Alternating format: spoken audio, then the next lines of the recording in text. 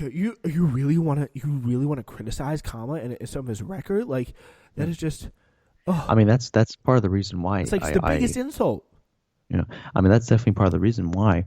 I mean, look, I support Biden to get Trump out, but at the same time, if Biden loses, I hope the DNC learns a lesson for once about not trying. First off, this election was better than 2016, for example, but they propped this guy up. Like Biden didn't really want to run. I don't think. A lot of people, Yeah, insiders, the pushed him famous the to run. famous the famous quote from Obama was, "You You don't don't have to have to run, do Joe. this, Joe." Yeah. Yeah. So it's like, if Joe loses, will I be upset? Yeah, I'll be upset that we have to have Trump for another 4 years. But at the same time, if the DNC learns a freaking lesson for once and lets the primary go on without Biden, because by the way, if Biden wasn't there and, Mayor little boy Pete and Amy from Midwest, acting as if she's very smart, which I didn't, I actually liked Klobuchar, Warren, if they allowed that primary to go on, Bernie would have definitely come out and won that thing without a doubt, without a Yeah. doubt. I mean, it probably would have been a tight race between If there Biden, hadn't been such a Bernie, and Warren. moderate, if there hadn't been a moderate consolidation, I think. Well, actually, Bernie could have won the primary in this circumstance because they dropped out after a while. Like the thing is, Warren supporters were actually taking from Biden, which was actually quite shocking to me. Um, and then the Pete and Amy were in the Warren primary had for so little support, though. at the towards the end she had little support, but Yeah, she lost Warren, like a all lot of of it. Warren voters were people who easily went over to Biden, like people who are more moderate to the left.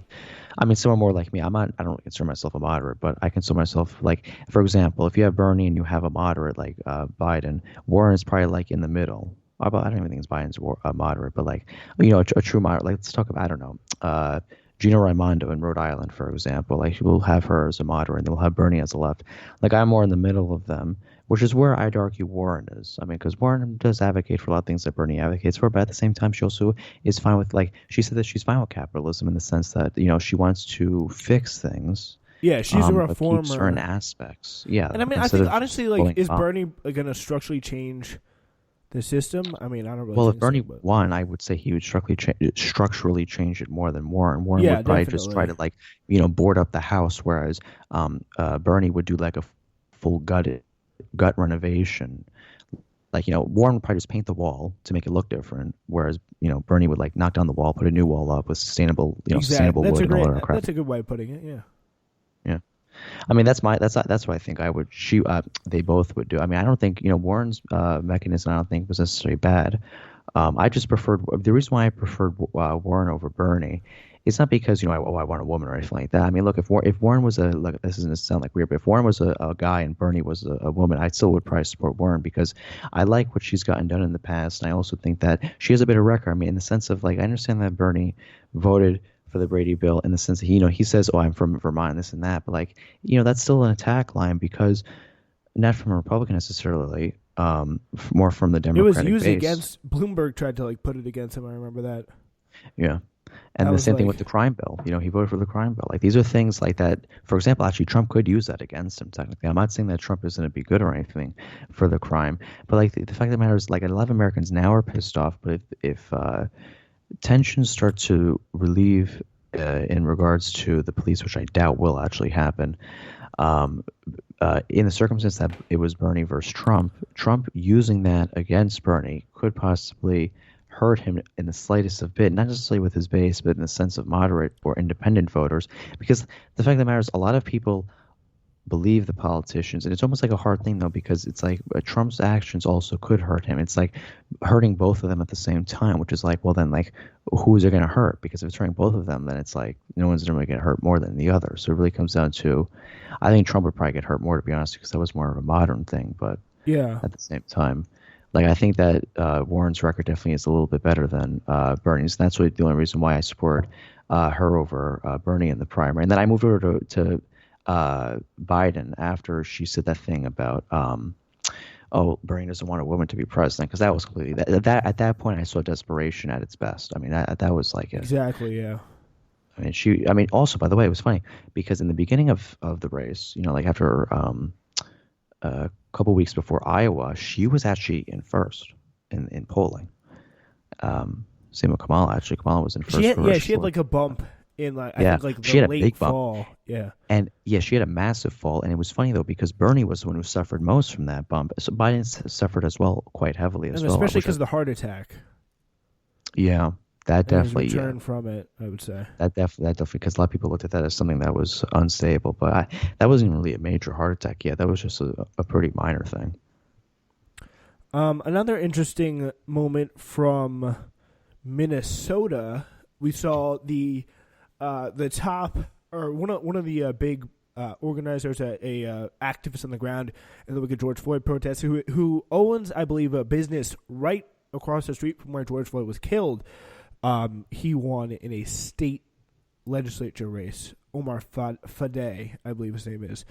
So that's a very good story to see. Yeah, so that pretty much shows you. This pretty much would probably cover everything for tonight. In terms of just quickly here, James, before we go, you still do see what chance do you have in terms of percentage, like out of 100, is that what chance would you say that Biden wins? I'd probably throw out like a 51%, 52. Oh, you really think it is that? I would say like 60, like Really? 7.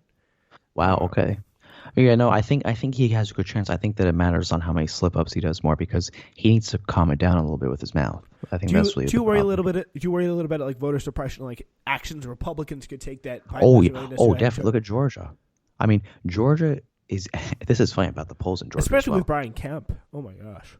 Oh yeah, Brian Kemp and Biden's actually doing well with polling in Georgia. I think he was down by like 2 or 3% in the last poll, which is, I mean, the black support down there. I don't know what's going on down there, but they are really like, I don't know what makes them so energized about Biden. I guess just because he was Barack Obama's vice president. This is someone new who'd advocate for us as well. But something is really energizing the base down there for some reason. They also do have a Senate race down there. John Osteen is running against the income, which actually that race just got marked to a toss-up by Cook Political Report yesterday. So that would be an interesting Senate race to watch. And also, actually, we keep on forgetting to talk about the Senate quickly. So my prediction for the Senate, just to put that out there quickly, is I think it's going to be an interesting one to watch. I think it really depends on the two. These are the two states that are going to depend what happens. I think it's going to be Montana's going to depend. And I also think that whatever happens out of Kentucky and Alabama as well. I mean, Kentucky probably is going to be Mitch again because, McGrath won, but a little bit upsetting there. Because I think if Booker won, that would have been a little bit of a better choice. All right, yeah. So that is a interesting way to end on. It's definitely something we will be watching over in future episodes. Just to give you an idea of what is to come, we will have a new Newsflash episode for you this Thursday. As always, I do apologize a little bit late, but I did want to, we got to put it here for the primaries. And, of course, by the VP pick, knew we had to have James come on. Of course, did try to have Chase come on earlier, but he is going on vacation. So just shout out to Chase. But hopefully he had a fun vacation out there in Martha's Vineyard. But, yeah, so we're also working on a new podcast about history. Don't know if this is going to be around the old global podcast or make a new one, or keep you posted on that. Also, we're doing a new season of That's Interesting. Don't exactly know when yet. Haven't started making it yet.